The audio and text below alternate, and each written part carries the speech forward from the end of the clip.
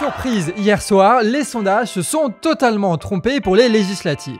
Mais pour autant, on a un peu l'impression que personne n'a gagné. Alors aujourd'hui, dans Actu Réfractaire, on va analyser ces résultats et comprendre cette nouvelle Assemblée nationale.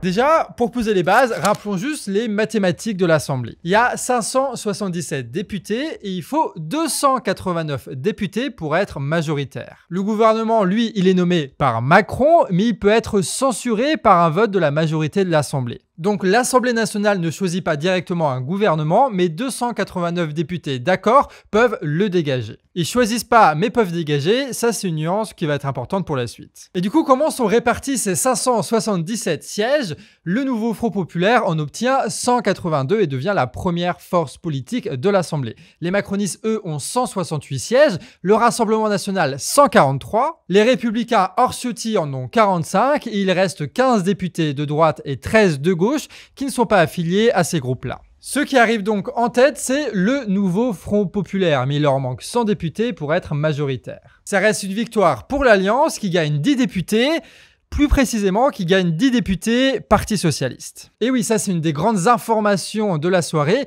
Les communistes, les insoumis et les écologistes ont conservé plus ou moins leur nombre de députés. Les seuls qui ont grossi, c'est le PS. Le parti de François Hollande revient donc sur le devant de la scène grâce à un jeu d'alliance et grâce au barrage républicain. À la base, c'est le bon score de Raphaël Glucksmann aux européennes qui ont permis au Parti socialiste de négocier dans le nouveau Front populaire plus de circonscriptions qu'en 2022. Grâce à ça, ils ont remporté plus de députés et maintenant ils peuvent envisager une candidature au présidentiel pour rassembler le centre-gauche en récupérant les miettes laissées par l'effritement de la Macronie. Après, ce qu'il faut bien comprendre, c'est que dans le nouveau Front populaire, ils ont fait des candidatures uniques dans toutes les circonscriptions. Ce qui fait que, par exemple, toi ou moi ou qui que ce soit ne pouvait pas choisir entre LFI, PS, Écolo ou PCF. C'était imposé. Les électeurs de gauche n'ont donc pas pu choisir leur parti politique, ce qui fait que si le PS a fait un meilleur score, c'est pas parce qu'on les a choisis, c'est parce que, en fait, ils ont eu plus de circonscriptions, parce qu'ils ont réussi les élections européennes. Ce qui fait que ces élections n'ont pas résolu le problème de savoir est-ce que c'est le PS ou les Insoumis ou je sais quoi qui seraient les premiers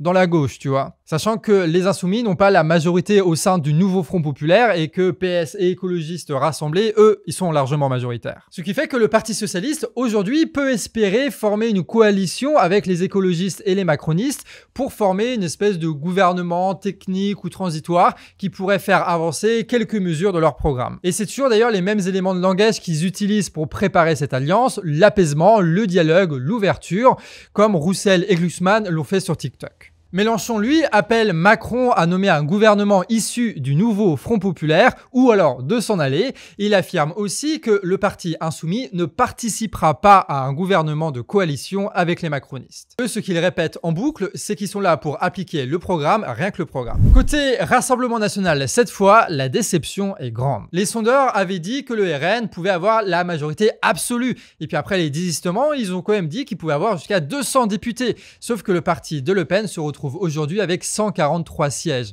y compris ceux de Ciotti et compagnie. Tu as 8 députés sortants RN qui ne sont pas réélus. Philippe Tanguy, l'un des leaders du parti, explique cette déception par le manque des voix de LR qui ne se sont pas massivement tournées vers le Rassemblement national lors du second tour. Bardella, lui, dans son discours, dénonce le parti unique avec l'entente entre le NFP et les macronistes pour faire perdre le Rassemblement national. Renaud Labaille, le bras droit du RN, lui, parle du manque de formation de leurs candidats comme vous avez pu le voir dans la dernière Actu Réfractaire. Mais Marine Le Pen, elle refuse de parler d'un échec vu qu'ils ont réussi à doubler leur nombre de députés. Le RN paye fort la stratégie du barrage républicain du NFP et des macronistes. Le premier parti de France en nombre de voix se retrouve aujourd'hui être le 3e groupe parlementaire. De nombreux candidats RN qui avaient plus de 10 points d'avance sur leurs concurrents se retrouvent à perdre finalement au second tour. En réalité, même si le RN n'est pas majoritaire aujourd'hui à l'Assemblée nationale, ils ont quand même doublé leur nombre de députés. Et ça reste l'un des grands favoris pour 2027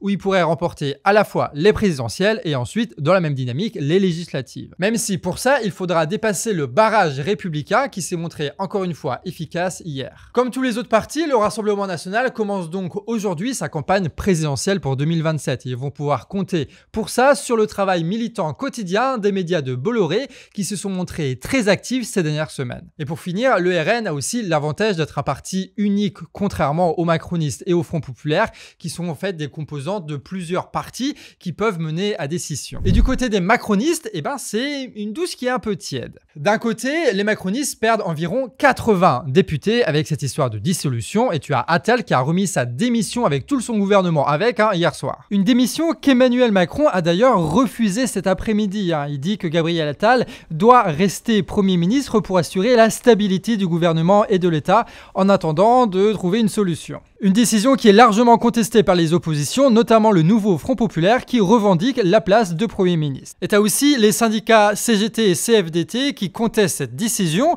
qui dit qu'il faut respecter le vote.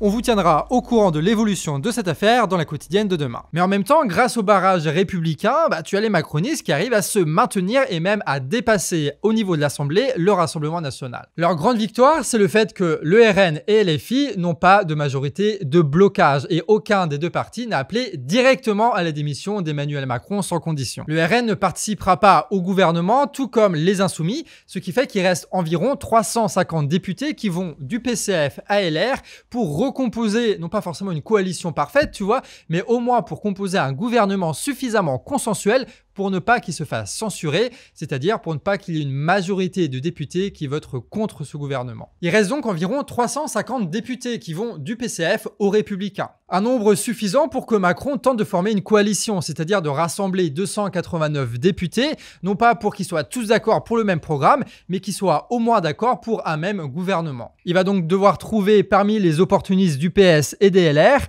des figures consensuelles suffisantes pour que la majorité du Parlement ne le refuse pas. Et une fois que tu auras un gouvernement qui sera pas censuré, tu vas avoir tous les votes des lois qui vont se faire au cas par cas. Et quand on prend un peu de recul, on se rend compte que la situation elle n'a pas tant changé que ça. Je veux dire, le PS a gagné 30 sièges, le RN environ 70, les macronistes en ont perdu autant, et c'est tout. Il n'y a pas de majorité absolue, et tout va se jouer dans cet espace politique entre le PCF et les LR. La Macronie va devoir un peu s'élargir pour proposer un gouvernement qui évite la motion de censure. Et vu que le PS et compagnie répètent en permanence qu'ils veulent l'apaisement, le dialogue et l'ouverture, on les voit mal censurer un gouvernement. Macron garde donc la main dans une assemblée assez semblable de celle de 2022. C'est lui qui va mener les négociations pour trouver un gouvernement qui ne se fera pas censurer et qui pourra tout de même mener sa politique. Avec évidemment les compromis obligatoires vis-à-vis du PS et des LR. Notez aussi que le PS se prépare pour les présidentielles, donc ils doivent se montrer responsables, capables de gouverner, mais il ne faut pas non plus qu'ils se compromettent totalement avec les macronistes pour qu'ils puissent se distinguer du bloc central. Macron va devoir donc trouver les bons profils d'opportunistes pour composer son gouvernement. Darmanin, lui, de ce côté, pousse les macronistes pour qu'ils fassent une coalition avec les Républicains et en donnant suffisamment de garanties au Rassemblement national pour éviter la motion de censure. Les tractations auront lieu toute la semaine. Les groupes parlementaires seront officiellement annoncés le 12 juillet, sachant que les JO, eux, commencent le 26 juillet. Et petit point de détail, rien n'oblige Macron à annoncer un gouvernement aujourd'hui, demain ou après-demain. Il n'y a pas de délai obligatoire. Donc là, c'est vraiment le temps des tractations et des négociations. On va passer maintenant rapidement aux candidats eux-mêmes. François Ruffin, qui était en difficulté dans la Somme, l'a finalement remporté hier et garde son poste de député. Et dans son discours, il termine en disant « Nous devons apaiser, nous devons gouverner avec respect, avec tendresse pour les Français. » Donc les mêmes éléments de langage qui sont répétés par Glucksmann et Roussel. D'autres dissidents LFI sont eux aussi réélus comme Corbière, Autain et Simonet. Seul Garrido a été éliminé au profit d'Ali Diouara. Poutou, Keke ou encore Caroline Fiat ont été éliminés au second tour. Par contre, ça passe pour Hollande, Léaumont, Guiraud, Boyard ou encore Dufour. Côté macroniste, Véran est éliminé.